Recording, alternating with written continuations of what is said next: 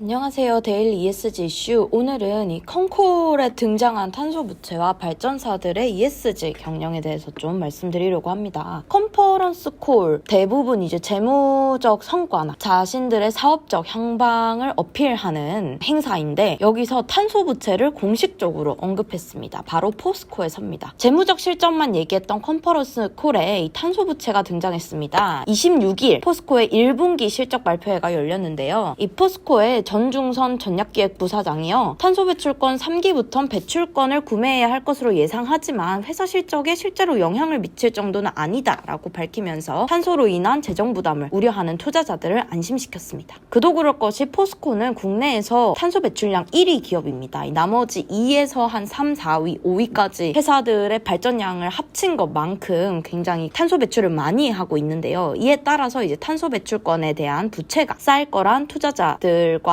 이 증권사들의 우려 때문에 이걸 직접적으로 언급을 한 거죠. 그러면서 포스코는 2015년부터 배출량을 줄이기 위해 노력했고 정부 또한 선 감축 노력을 인정했다라면서 배출권 거래제 1차에서는 탄소 배출권 구매를 위해 지불한 비용이 없었고 2차에서도 1기 2월분과 다른 기업과 수합 포함 물량을 사용해서 재무 부담이 없었다고 설명했습니다만 자, 이거 한번 볼까요? 이게 이제 포스코의 탄소 배출 할당량입니다. 2015년부터 감축하기 위해 노력해왔다. 여러분 보통 감축이라고 하면 어떤 곡선을 생각하시나요? 이거 한번 그려보면 7310 단위는 만톤입니다. 그리고 7100, 7130 그리고 7310, 8050 이거 한번 연결시켜 볼게요. 이렇게 됩니다.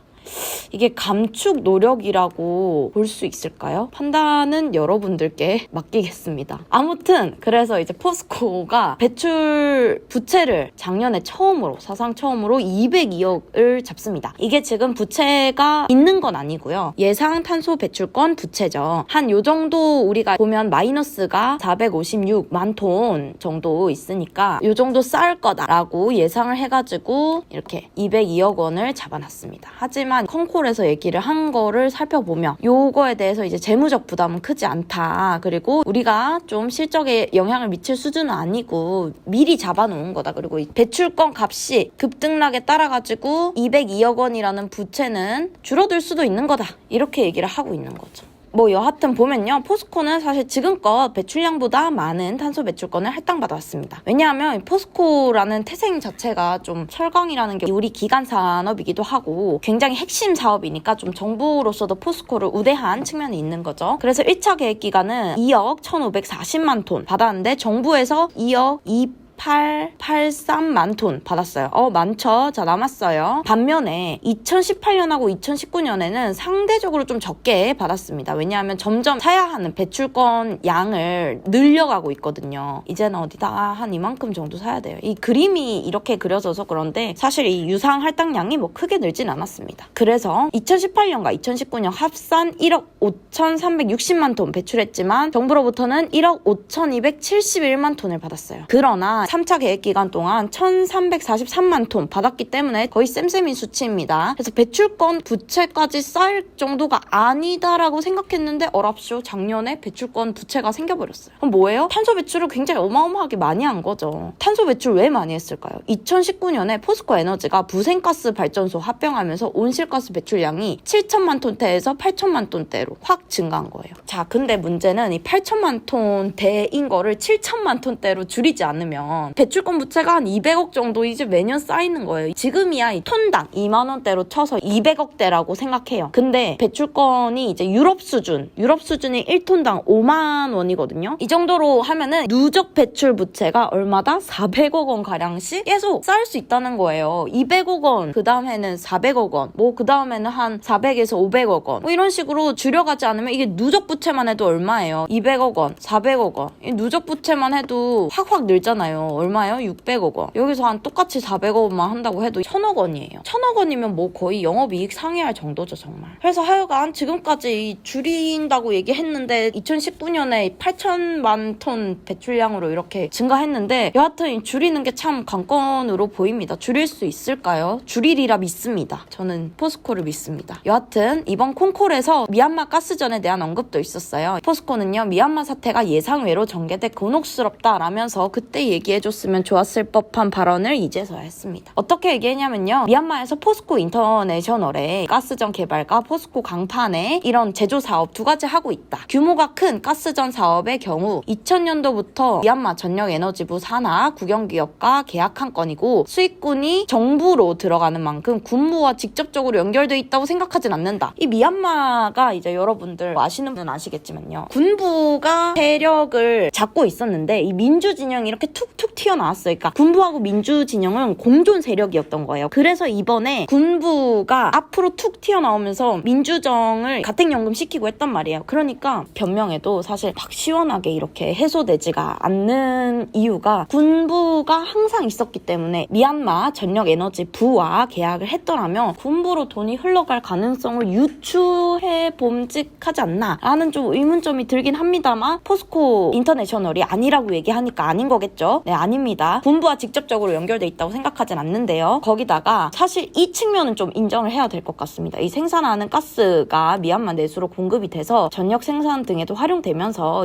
항상 이 사업은 이중적인 장단점을 가지고 있으니까요. 이번이 이제 ESG가 확 부각이 되면서 미얀마 군부와 엮여서 사실 역풍을 맞은 거긴 한데 이런 좋은 측면도 있어요. 국민의 삶에도 당연히 기여를 하고 있죠. 그러면서 이와 관련된 부분은 인권단체와 적극적으로 커뮤니케이션하고 있다라고 말했습니다. 그러면서 진출 당시 합작이 필수 조건이었대요. 이건 어쩔 수 없었다. 사실 이익이 더 중요했으니까 이런 부분들을 예측을 하기가 좀 쉬운 부분은 아니었겠죠. 그리고 해당 기업만 있어서 이들과 합작할 수밖에 없었다. 그리고 규모 자체도 작아서 배당금이 뭐 그렇게 크지 않다. 이번에 논란이 되면서 합작관계 종료를 선언했고 그 방식을 협의하고 있다라면서 사태에 대해서 해명했습니다. 사실 이번에 ESG가 좀 부각이 되면서 이 부분을 중요하게 국내 언론에서 막 이렇게 때리기를 했긴 했지만 다 장단점이 있는 거예요. 이런 식으로 이번 컨콜에서도 좀 해명을 했다는 부분을 알려드립니다. 또 이제 어제 좀 재밌는 뉴스가 있었어요. 5개 발전 자회사의 사장이 취임하면서 ESG 경영을 강화하겠다라고 얘기했습니다. 구체적인 거는 기사로 좀 살펴보시면 좋을 것 같은데 여하튼 이 발전 5사의 주 사업은 뭐예요? 석탄 발전과 LNG 발전입니다. 이로 인해서 총 1,500억 원의 영업 손실을 기록했습니다. 각각 발전 자회사들의 영업 손실이 적지 않습니다. 하여튼 합쳐서 1,500억 원의 영업 손실을 기록했는데 이 발전사 자회사들 사장이 전부 ESG 경영을 강화하겠다라고 얘기한 부분이 굉장히 인상이 깊은데 한번 ESG를 어떤 맥락에서 언급을 했는지 살펴볼게요. 이 남부발전은요. ESG 경영으로 에너지 공기업 만들겠다. 그리고 디지털 혁신으로 인프라 구축하겠다. 동서발전 사장은 에너지 발전 사업을 통해 가지고 국가 경제 회복과 사회적 가치 실현을 하겠다. 그리고 남동발전은 ESG 투자하고 디지털 혁신 요구가 크다. 탈석탄이랑 저탄소 움직임이 빨라졌다. 그리고 중부발전은 업무를 계획하고 추진하면서 환경과 사회적 책임 고려하고 투명성 높은 기업을 만들기 위해서 ESG 경영을 도입하겠다.